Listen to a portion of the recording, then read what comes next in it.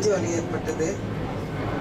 ஆனால் அது என்ன வலி, வாயுனால் வந்த வலியா இல்லாட்ட உண்மையிலேயே இரத்த கொதிப்புனால வந்த வலியா, எந்த இதுவுமே எனக்கு தெரியாது. ஏன்னா எனக்கு எந்த காலமே எந்த வியாதியுமே இல்லை. ஏதோ சும்மா சோர்வாயிருவேன், கொஞ்ச நேரம் படுப்பேன், எழுந்திருப்பேன், ஜெபம் பண்ணுவேன், எல்லாம் சரி போயிடும். டாக்டர்கிட்ட போகுதுன்னாவே எனக்கு பிடிக்காத ஒரு காரியம். மாத்திரை சாப்பிடவே பிடிக்காது எனக்கு. ஆகவே நான் எங்கேயுமே போக மாட்டேன். இவங்களே ஐயாவும் சொல்லிகிட்டே இருப்பாங்க, போய் பார்த்துட்டு வந்துடு, போய் பார்த்துட்டு வந்துடுன்னுவாங்க. இல்லை அவங்க இல்லை இவங்கெல்லாம் நான் தனியாக அப்படி போகிறது, நான் போகல, அப்படி ஏதாவது சாக்கு போக்கு சொல்லி போகவே மாட்டேன். ஆனால் இந்த தடவை லேசாக நெஞ்சு வலிக்குது அப்படின்னு சகோதரி கிட்ட சொன்னேன். அப்போ சகோதரி சொன்னால், நீ நல்லா ஜெபத்தில் தான் இருக்கிற, இருந்தாலும் உண்மை நிலை என்னன்றது தெரிஞ்சுக்கிறதுக்காவது நீ போய் ஒரு டெஸ்டிங் போயிட்டு வந்துடு, அப்படி இசிஜி எடுத்துகிட்டு வந்துடு அப்படின்னு சொன்னாங்க. சரி, அந்த மாதிரி வீட்டில் இருக்க பிள்ளைங்களும் ரொம்ப பாசத்தோடு இருக்கிறதுனால மம்மிக்கு எதுவுமே நேர்ந்துடக்கூடாது, அதனால் வாங்க மம்மி வாங்க வாங்கன்னு கூட்டிகிட்டு போயிட்டாங்க. அங்கே போனால் அது லட்சுமி டாக்டர் நர்சிங் ஹோம். அங்கே போன பிறகு தான் தெரியுது, எல்லா விதமான டெஸ்டிங்கை எடுக்க வச்சு இது ஐசியூவில் போய் உட்கார வச்சுட்டாங்க. எல்லாரும் பயப்படுற அளவுக்கு பண்ணி விட்டுட்டாங்க. காசுக்கு மேலே காசு செலவாயிடுச்சு. ஐயா கூட அந்த கடைசி நேரத்தில் ஒரு உதவியை ஆரம்பத்தில் கொண்டு வந்திருக்க மாட்டோம் அப்படின்னு நிச்சயத்தை அவங்க ஒரு அமௌண்ட் கொண்டு வந்து வச்சுருந்துருக்காங்கன்றது எனக்கு அப்புறம் தான் தெரியும். கர்த்தர் நாமத்துக்கு ஸ்தோத்திரம், அவருக்கு நாங்கள் கடமைப்பட்டிருக்கிறோம், நன்றி செலுத்துகிறோம். அப்படியாக எல்லாம் எடுத்து பார்த்தாங்க. அப்புறம் எவ்வளோ டெஸ்டிங் எடுத்த பிறகு கூட உங்களுக்கு ஒன்றும் இல்லாமல் போங்கன்னு சொல்ல அவங்களுக்கு மனசே வரல.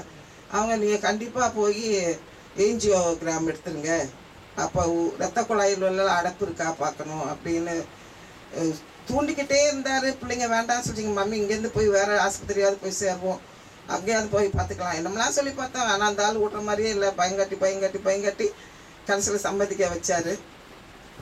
அதனால் ஒரு நன்மை அதில் ஏற்பட்டுச்சு. என்னவென்றால், என் மகன் கொஞ்சம் காலமாக எங்களோடு இருப்பதில்லை, தனியாக கொடுத்த நடத்துகிறாரு. ஆனால் மம்மிக்கு உடம்பு நல்ல சொன்னதுனால அன்றைக்கி பார்த்து கண்ணீர் விட்டு அழுதுட்டு போனது ஒரு அற்புத நிகழ்ச்சி அன்றைக்கி நடந்தது. அதுக்காக கர்த்தருக்கு ஸ்தோத்திரம் செலுத்துகிறேன். அப்புறம் ஏஞ்சியோகிராம் எடுத்தாங்க. அதுக்கு ஒரு 15-20,000 போல ஆச்சு போலக்கு. பிள்ளைங்க சோர்ந்தே போகலை, எங்கேயும் அங்கேயும் ஓடி ஓடி ஓடி பணத்தை திரட்டி கொண்டு அனுப்பி வச்சாங்க. அங்கே போன பிறகு, உங்களுக்கு ஒன்றுமே இல்லைம்மா, உங்களுக்கு மனக்கவலை தவிர எதுவுமே கிடையாது, ரத்த குழாயிலையும் அடைப்பு கிடையாது, பிளட் ப்ரெஷரும் கிடையாது, சுகரும் கிடையாது, உங்களுக்கு வியாதியே இல்லை, நீங்கள் மனசை தேர்த்திக்கோங்க, வேறு ஒன்றும் யாரும் செய்ய முடியாது, நீங்கள் மனசை நீங்களே தேர்த்திக்கலாட்டா அந்த வியாதியிலேருந்து விடுதலையே கிடையாது அப்படி சொல்லி அனுப்பி விட்டாங்க. கர்த்தருக்கு ஸ்தோத்திரம் செலுத்துகிறேன். எது ஒரு அடைப்பு இருந்துச்சுன்னா அடுத்த இன்னொரு ஏஞ்சியோ பிளாஸ்ட் செய்யணுமா, அப்படி ஒன்றுக்கு மேலே உடனே செய்யணுமா, அப்படியெல்லாம் பயங்காட்டி வச்சுருந்தாங்க. கர்த்தர் ஒன்றும் இல்லாமல் கர்த்தரையே நம்பி இருக்கிற நமக்கு கர்த்தர் எந்த தொந்தரவும் செய்யாமல், சாத்தானுக்கு இடம் கொடுக்காம, அடையாளை இன்று சுகபத்திரமாக இன்று உங்கள் முன்னால் நின்று சாட்சி சொல்லும்படியாக கிருபை செய்திருக்கிறார். அதுக்காக நன்றி செலுத்துகிறோம். அது மட்டுமல்ல, இத்தனை ஆயும் எல்லாரும் என்ன நினச்சி பண்ணியிருப்பாங்கன்னா, நான் படுத்த படிக்கல தான் படுத்துட்டு இருப்பேன் அப்படின்னு, ரெஸ்ட் எடுங்கன்னு எல்லாரும் சொல்ல ஆரம்பித்தாங்க. அடுத்த வாரமே நாங்கள் ஊருக்கு போக வேண்டியது இருந்தது. காரணம், 2-3 மாதத்துக்கு முன்பே நாங்கள் டிக்கெட் புக் பண்ணிட்டோம். அது எங்கள் மாமியார், வயசான மாமியார், 86 வயசு முடியுது அவங்களுக்கு. அப்போ நான் போகலன்னா ரொம்ப வருத்தப்படுவாங்க. அதனால் இந்த ப்ரோக்ராம் கேன்சல் பண்ணக்கூடாது, ஏற்கனவே புக் பண்ணது சொல்லிட்டு அங்கேயும் போனோம். ஒன்றுமே நான் காட்டிக்கிட்டல, எனக்கு இந்த மாதிரி வலி இருந்துச்சு, ஹாஸ்பிட்டல் சேர்ந்தேன், அந்த மாதிரி யாருக்கிட்டே சொல்லலை.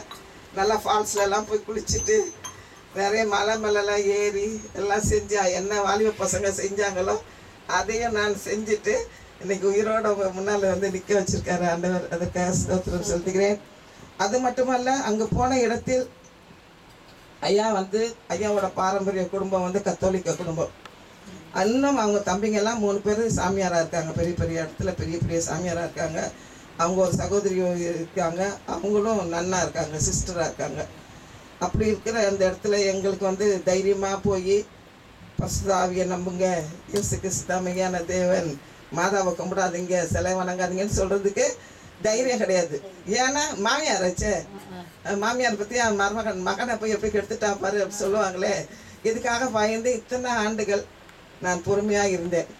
ஆனால் ஆண்டவர் ஐயாவை தொட்டு இன்று ஐயா எனக்கு மேலாக அதிகமாக வேதத்தை கற்றுக்கொண்டு அருமையாக பிரசங்கம் செய்யவும் பாடவும் செய்கிறார்கள் என்றால் அதற்கு கர்த்தருக்கு கொடாகடி ஸ்தோத்திரம்.